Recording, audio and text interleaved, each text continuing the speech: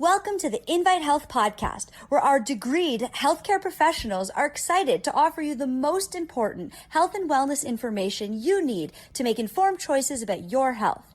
You can learn more about the products discussed in each of these episodes and all that Invite Health has to offer at www.invitehealth.com/podcast. First-time customers can use promo code podcast at checkout for an additional 15% off your first purchase. Let's get started. I recently talked about the importance of B complex and the 11 different B vitamins. Today I want to talk specifically about vitamin B6 because oftentimes people will ask, do I need to take individual B vitamins? And the answer to that is sometimes yes. Sometimes your body may require a specific B vitamin in a higher amount depending upon what your health needs or your health concerns may be. So I want to talk about what vitamin B6 is and its function in the body. I'm Amanda Williams, MD, MPH, Scientific Director at Invite Health. So vitamin B6 also goes by the name of pyridoxine. And we certainly understand that when we're looking at individual B vitamins, they all have critical roles in our everyday functionality. So we think about just the immune system, for example. We know that those B vitamins are critical to the way that our immunity is actually working. So when we look at the functions of vitamin B6 specifically in the body, we can recognize that it's very important when it comes to detoxifying chemicals that are in our system. We can recognize that it's very involved in strengthening our connective tissue. So when we think about our skin, when we think about our vascular system, we know that when it comes to the synthesis of different neurotransmitter, including things like serotonin, which we always consider to be our happy neurotransmitter, this is where vitamin B6 is quite critical to this. We have to have adequate B6 in order for tryptophan to convert into serotonin. So for those who maybe suffer with issues such as low mood or depression, you can always look towards adding in some vitamin B6 to see if this will better support your body's ability to make or produce more serotonin. We know that when it comes to our sleep cycle, to hit REM, that very important stage of sleep, we are going to require vitamin B6. And this makes sense when you look at that conversion of tryptophan to serotonin, and then we know from there we go to melatonin. So we can start to tie all of these pieces together. But when it comes to cholesterol, we recognize that vitamin B6 also is very important, and when it comes to the absorption of fats and proteins in the body. When we think about our GI system and the production of hydrochloric acid in the stomach in order to help break down the foods that we are taking in, and for that maintaining of the proper acid-base balance. We know that we need to have this when it comes to different amino acids and the amino groups in the body. So when it comes to the metabolism of amino acids, we know that those are those building blocks of proteins in the body. We know that when we think about the methylation pathway, so I kind of go back to detoxification. So if someone has inadequate detoxification occurring in the body, we can, in a sense, become toxic over time. So we even see this in the vascular system in particular with elevated levels of homocysteine. We know that when homocysteine is high in our body, it shows that our vascular system is overreactive or it's inflamed. That is a big problem. We don't want to have vascular inflammation, and homocysteine is definitely a key indicator to that. So what should you be doing? Well, if you have high levels of homocysteine, certainly we need to be incorporating vitamin B6 along with folate and B12, as well as N-acetylcysteine. So we know that there are many different functions when it comes to vitamin B6. Now, if someone has low levels of vitamin B6, some of the things that you may experience: Perhaps you're a little bit more on edge or irritable. Maybe you do have depression. Maybe you feel a little nervous. It's possible that you have some little irritations even within your mouth area. We know that when it comes to lesions around the mouth, vitamin B6 is a common cause for this. We can look at just general fatigue and weakness. Numbness is another common thing, because when we look at glycation, how it is that blood sugar can impact our nervous system, and B6 is integrally involved into this. We can look at disruptions in your sleep. Perhaps you have insomnia and you're trying to figure out why this is. Well, we can look at stress, we can look at diet, but we can also look at inadequate exposure to things like vitamin B6.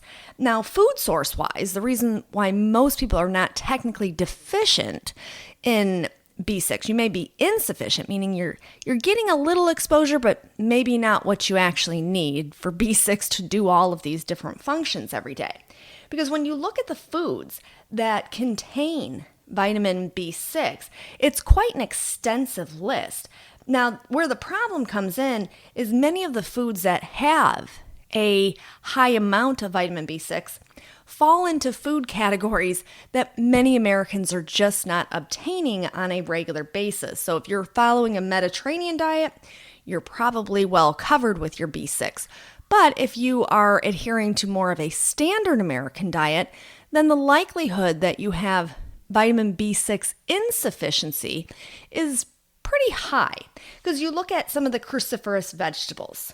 We know that this is a wonderful source of vitamin B6. When you think about cauliflower and cabbage, for example, we can look at different fatty fish that we know have a good amount of vitamin B6 in this.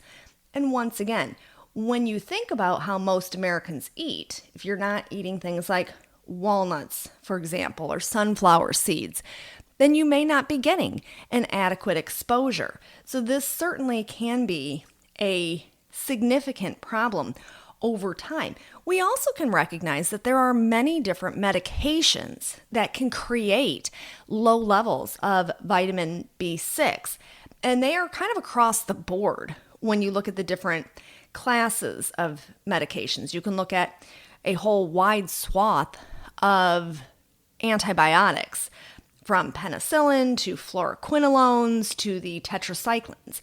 We know that birth control pills, oral contraceptives certainly can create this issue as well. You can see how different amphetamines, many people are prescribed for ADD. They're prescribed things like Adderall. Now that Adderall is an amphetamine. It's speed. So that can potentially lower your vitamin B6 level, which can certainly lead to problems. Now, being that vitamin B6 is water soluble, this is why it's important that we are getting adequate exposure on a regular basis. So you can look at many reasons as to why someone would want to be taking vitamin B6 as a standalone vitamin. And we can look at issues such as depression. We can certainly look at issues when it comes to fertility. We can look at issues when it comes to skin health, such as eczema and psoriasis, any type of a dermatitis, because remember, we're thinking about the connective tissue.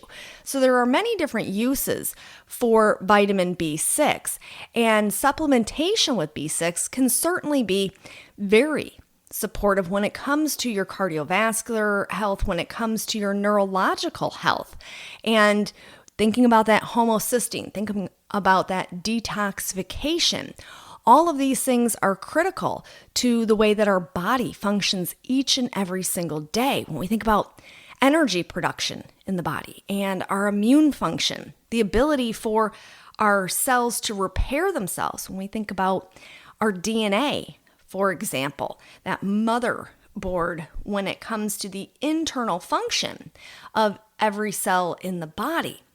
So when we don't have adequate B6, you can start to see why it is so incredibly problematic.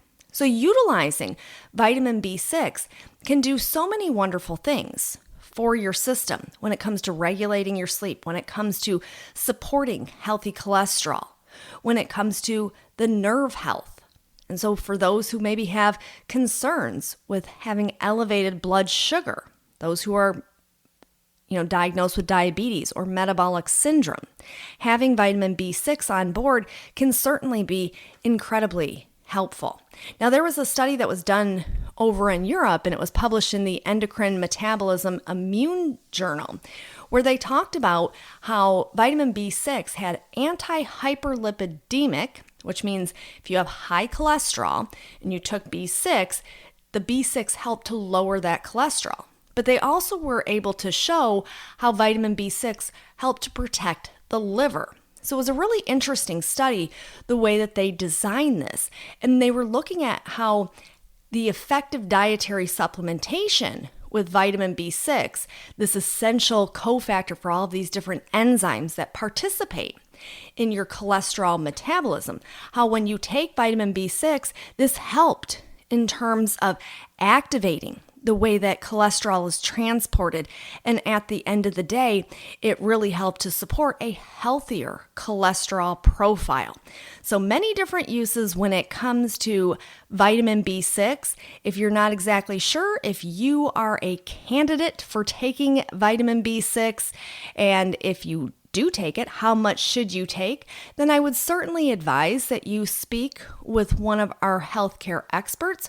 Remember, they are there to help you help yourself navigate through this. And we understand that when it comes to supplementation, this can be incredibly overwhelming. So definitely take advantage of speaking to one of them. They can help guide you through this process and make sure that the nutrients you are taking are the most supportive for your overall wellness. So thank you so much for tuning in to the Invite Health podcast. Remember, you can find all of our episodes for free wherever you listen to podcasts or by visiting invitehealth.com/podcasts. Now, do make sure that you subscribe and you leave us a review. You can follow us on Facebook, Twitter, and Instagram, and we will see you next time for another episode of the Invite Health podcast.